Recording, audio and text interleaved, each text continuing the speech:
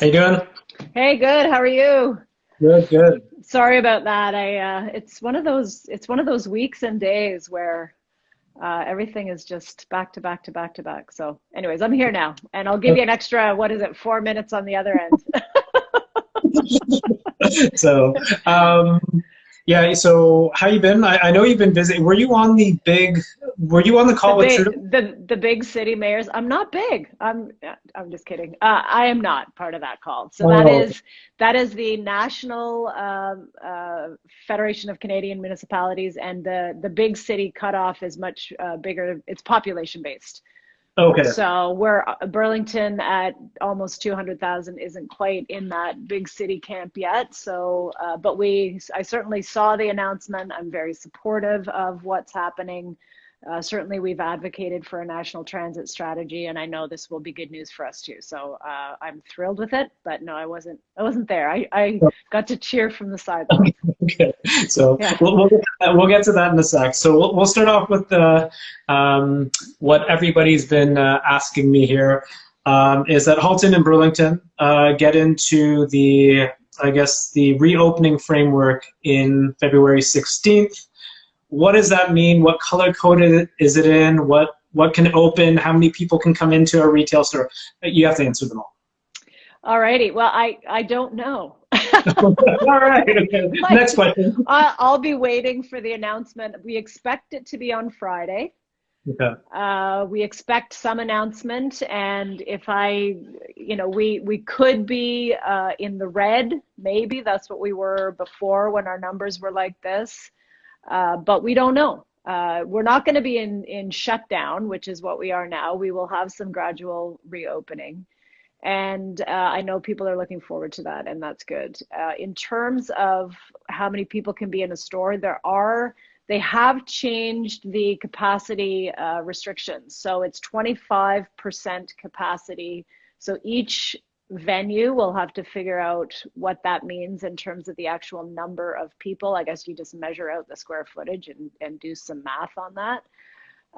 And they will have to have it posted what their capacity is. And so I would encourage folks to be doing that work now in anticipation of being open. But this is exactly what we advocated for, is that there shouldn't be a hard cap. If you're a giant venue, if you're a big restaurant, if you're a big retail outlet, you can have more than 5 or 10 people in there to bring some fairness to the situation. And some of our restaurants that are larger have not opened with the caps, where there's the smaller restaurants that could make a go of it with a smaller number were able to reopen. So the province heard us, and not just us, but certainly Burlington ECDEV and our Burlington Economic Recovery Network have been very engaged in advocacy around these very points, and they listened to us and all the other voices that were advocating for the same thing.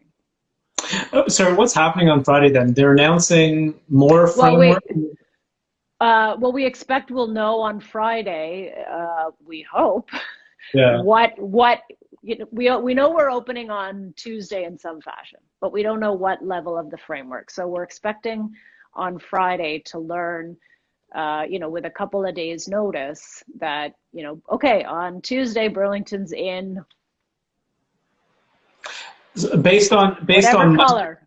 okay, so based on numbers, you're predicting kind of red zone.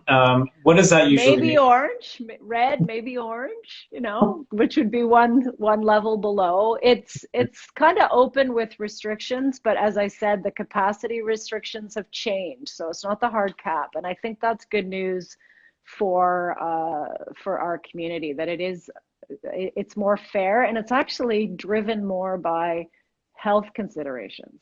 If you can keep people 6 feet apart because you have a large venue, then there's no need for a 5-person cap, right? So people wanted some fairness, some common sense, and at the end of the day, they wanted it to be based on health considerations. So I think it is, and I do encourage people to go to the ontario.ca webpage. You'll find in great detail the changes that have been made to each of those frameworks, so that you'll be ready to go depending on which one we're in, and you'll have a couple of days over Family Day weekend. I know it's probably not how people want to spend it, but you know, as I said, we expect to get the heads up on Friday, and then Tuesday we go live. A lot of doctors, including the Dr. Davila, Toronto medical officer, said that they're thinking that the economy is opening up too fast. What are your thoughts? Well, I take very seriously, as we all do, what the medical officers of health have to say, and I also take very seriously that our decisions are based on health indicators. You look at where we are in Halton and in Burlington, we have less than 400 active cases right now throughout the entire region, population of close to 600,000. That's less than the daily new infection rate in some of our neighbors to the east of us. Yeah. So, you know, we've always said that decisions have to be made on health evidence and indicators. Ours are down. We also know, and we've talked about this before, that the decisions have to consider hospital capacity. And because the overall Ontario numbers are coming down, you know, a little over 1,000 today in terms of new infections, that our hospital capacity, it's up in the 90s in Halton, but we still have some capacity, and so that's an important number. But the other thing that I do want to stress is that when we make these decisions, we of course have to think about health considerations. We also have to think about mental health considerations. We also have to think about economic considerations, because we don't want to create a whole other pandemic, especially mental health, coming in on the side. And we know that that has been happening. Yep. And we know that people need to get out and move and earn a living. And we also know that that needs to be done in a really safe manner. So this idea of being open with restrictions, which is something I've advocated throughout the pandemic, where we can safely open, where our indicators are where they are right now, and where those proper protections are in place, we can then fully balance health, social, and economic considerations, which is what we need to do in our decision making. We're already hearing about, you know, the regions that are already opening up into green zone. Prince Edward County and stuff. Kingston, where I used to live. Yeah, you live in Kingston? Yeah, I did. Yeah, I have a very interesting backstory, but for another time. Okay. We're already talking, you know, it sounds like Groundhog's Day. You know, it's like the news cycle just every 3 or 4 months is the same. And they were saying, don't region hop, right? So don't what? Don't region hop. Like they don't want other regions to don't come over. Just make sure you just, take care of, the local customers. And well, I guess, will you be doing that in Burlington when you guys open up, and then encouraging people not to come to us again like we've done before? Oh dear. Well, I know the economic situation is tough for the businesses in lockdown because they will lose customers to neighboring communities. I have huge appreciation and understanding for that. And, I believe that one of the keys to us managing this so that we don't have open, close, or an extended lockdown throughout the GTHA is there has to be better enforcement. Find out who's not following the regulations and throw the book at them, right? There are so many people, including in Burlington and in Halton, that are doing the right thing, and that's that's reflected in our numbers. And where people are going to work and having to work in essential services where they do come into close contact, additional measures need to be taken to protect those people. We know that there's a lot of workplace spread, and we know the workplace spread is in those essential services that are keeping us, with essential services. So whether it's the postal service, whether it's supply chain, we need to protect those people, and those employers need to protect those people. And so we need to actually provide far more supports to employees that have to go to work, to schools, now that those have reopened, make sure that there's safety mechanisms in place. That's how we do this. And, I understand the lockdown is kind of a straightforward measure, and it has worked. There's no question it has worked. It has brought the numbers down from close to 4,000 a day to about 1,000. So it works. There's a lot of pain, and so can we figure out a new way? And of course, there's hope on the horizon now with the vaccine, and we just need to get that supply going. Let's talk about the first thing we talked about with Trudeau announcing a federal kind of transit plan. What are your thoughts on that? And what is Burlington looking for in regards to transit? Money? No, you know what, we do need a national transit and transportation strategy. That's how our highways got built back in the day. It's how our railways got built back in the day. And we have need for transit investment across this country on a micro level, but a national level at the same time. So we know in our GTHA region, which goes from, you know, Pickering to Niagara, that we're all interconnected in terms of transportation and transit. And if one part of that chain link doesn't work, we all pay the price for it. So we have to think about that in terms of the country as well. So, you know, I think it needs some national attention. I think we need a national affordable housing strategy as well.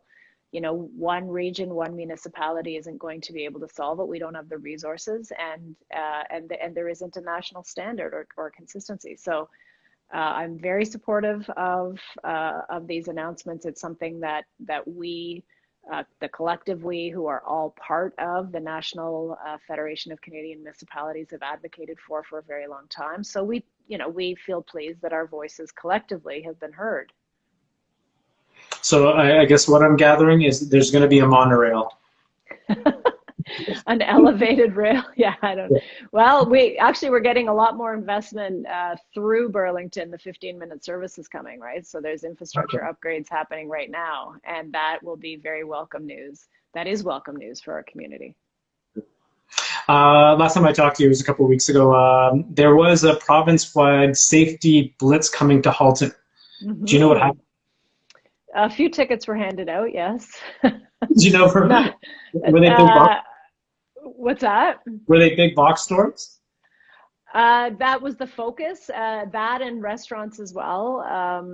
Now, and that was, you know, they were closed, so it was curbside pickup, I guess, that they were looking at. But they were looking at the tickets that I heard about that were issued. Not a lot of them. I don't know the number off the top of my head, but it was mostly for non-compliance with mask wearing. Oh, okay. Yeah, or not having the regulations posted, not having trained staff on what the rules and the exemptions are, you know, staff not wearing them. So, you know, so that they wanted to use it as an opportunity to educate first, and I think they did, which is why the ticket numbers were low, but they did issue some. Okay. Let's talk about vaccines. I gotta do it with everybody. How concerned are you with the vaccine situation in Canada, Ontario, and regionally? Well, I think we're devastated. Yeah. We're devastated that the supply has dried up for Canada, and other First Nation countries have been able to secure their supply and get their folks vaccinated. And if you look on a per capita basis, we're well behind some of our neighbors, including in the U.S. So this is very disappointing. This is really devastating news for our community. Halton Region did unanimously support a resolution to the federal government to say, look, please do better. Yeah. Now, do you have confidence in the feds that, you know, things will be back on track by the end of March with, you know, what they say 6 million doses by then? Well, I know they're trying, and I know all of us are trying at every level of government. I don't know what happened. You know, I'm not in those rooms, but certainly we've encouraged them to, you know, leave no stone left unturned to get the vaccines, to secure the right agreements so that we aren't left behind, you know, our peer communities. And you know, I suspect that they are trying to do that, and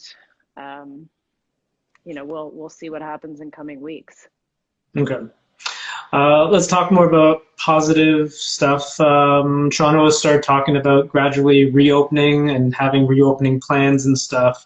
Does Burlington have plans in place for kind of the main streets of Burlington and the small businesses?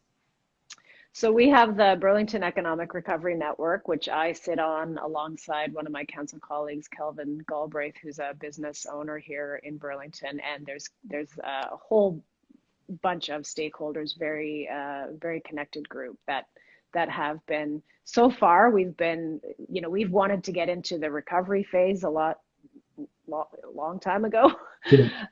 And we've all been trying to just keep everybody's heads above water because we've still been in the lockdown phase. But yes, we are turning our minds to what reopening looks like. I actually have a briefing tomorrow with a group that is proposing how restaurants can safely, open and remain open. So I love those kind of community initiatives.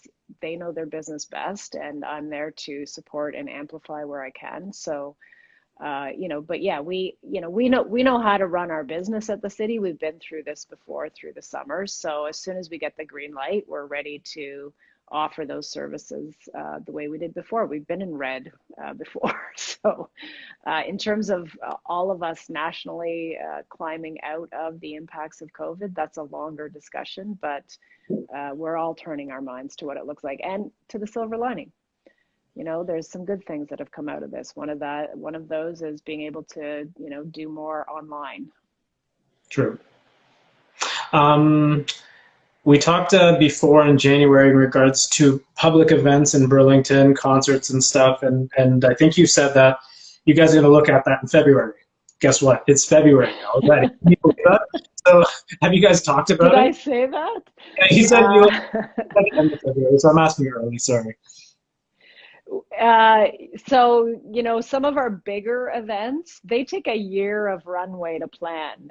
If you want to do it really quick, you need 6 months or more. So we, with the delays in the vaccine and we're still in lockdown, and, nobody can say what, the spring is going to look like. So I know that many of our event organizers are just skipping this year. They're going straight to 2022. Oh, are they? Okay. These are community organizers. So, if they're doing something, between now and say the end of the spring, they're still doing it online. I have a conference that's happening in August. That's going to be fully virtual. So some groups where you're gathering a huge number of people, there's a lot of logistics because of the runway you need to plan those. We are hearing from many of those independent groups that they are not planning in-person events until 2022. So the big one is good, might be canceled too, the Sound of Music? So I'm going to let the Sound of Music talk to you about what they're planning. All right. Yeah, but I think it's unlikely that they have 400,000 people that would come through over a couple of days in Burlington, and so I know they've got some things that they're working on and planning towards, and I will let them carry that news to the community when they're ready. Cool. I love the fact that my son calls me and tells me about Black history. And they're learning that at school, and I'll be honest, it's something that we didn't learn at school at my age, right? And I love that my son calls me up every day because this is what I learned about Black history today. So I ask you, what is Burlington doing for Black history? We've done, we do a proclamation every year. We've had a long-standing tradition of that. We of course honor Black History Month, and our Heritage Month used to be in February every year. And our Heritage Committee, this is a group of citizens, said, look, we want to give that month entirely to Black history. So this year they made the switch to permanently celebrate Burlington's Heritage Month in August. I think that's really respectful as well. There's a lot of activities. Most of these are planned and organized by members of our community, which is great. There's one this evening that I'm attending. There's one tomorrow that I'm attending, and you know, there's a lot of local organizations that that folks can check out to learn about what's happening. Cool. So let's talk about a couple of non-COVID topics. Last week you announced that after 50 years, Mountainside Outdoor Pool is being revitalized. Why now? This is from well, because it's 50 years, yeah. So you know, our staff do assessment of all our community facilities, and obviously this one has been waiting in line for renovation, and so their ticket came up this year. So there's lots of opportunities for the community to have some input. You know, you've seen the news. There's information on the City of Burlington website if you have some anything you want to share with the community about or with us about what you'd like to see there. And a couple other viewer questions. When do you think salons will open up? Well, they were open in red before. So if we're in red, then that would cover them as well. So hang on till Friday, and we'll all have a better. I need to get my nails done there. Here's a pretty inside baseball type question. Has Burlington done any external review of tree service announcements like Toronto? Does that? I don't understand the question because I don't know what announcement Toronto has recently made. Okay. Well, then we'll skip that question. But what I can tell you is that we, at the city, we do have a tree bylaw. So if you are going to take down a tree or you see a tree coming down and you want to know what that's all about, you can contact our Roads, Parks and Forestry Department, RPF at burlington.ca. We've invested, this council has invested hundreds of thousands of dollars over the last few budgets into tree services. We're not at the point where we're, you know, recommending private tree contractors for folks. We don't have like a recommended list of people, but we are looking at, can we leverage community dollars, city dollars, partner with the community to put even more trees in the ground. So that's a work in progress. And whoever asked that, if you want to send me what Toronto did or what you think the opportunity for Burlington is, please email me at mayor@burlington.ca. I'd be happy to look at it. Awesome. And this is where I ask you if there's anything else you'd like to talk about. Oh, well, we're in our budget, as you know. So the big day is February 23rd, where we head into a full day of committee that may bleed into a second day, but we're looking at the staff original recommendation was 4.99%, which would translate into roughly an overall tax rate increase for people of 2.8%. I asked staff to come back with some suggested cuts that would shave 1% off that, which they've done. And so that's, you know, we'll have that discussion and debate about, you know, those items. And if we're able to shave 1% off the city rate, then the overall increase to the community is 2.4% roughly. So less than 2.5. So I think a reasonable budget in COVID. And adding services and supports, because, you know, we've talked about this before, where we have had an increase in demand for some of our services and no additional staff or resources. So for example, everybody's home, they're renovating. Our request for building permits has skyrocketed. So that's just one example. But you know, we're addressing that in this budget. So I'm really pleased with some of the additional community resource supports that are in this budget at a time when it's a pretty constrained year, right? We've got revenue going down and our costs going up. So anyway, stay tuned for that. And if you have any feedback, again, you can get in touch with me. Okay, cool. Anything else? Oh, that's you know what? That's all I can think about. But there's a mil. I'm going to get off this call and say I should have told you about this, or should have Okay. told you about that. You got 3 minutes to tell me about Kingston. Well, I spent public school years up to grade 9, Oh, and then we moved to Ottawa. So I will say that Kingston, actually, when I was living in Toronto and we used to come out hiking to Burlington, um, and then we'd go down to the waterfront. Burlington reminded me a lot of Kingston because if you've been there, it's a waterfront community. They have this gorgeous downtown that's very historic.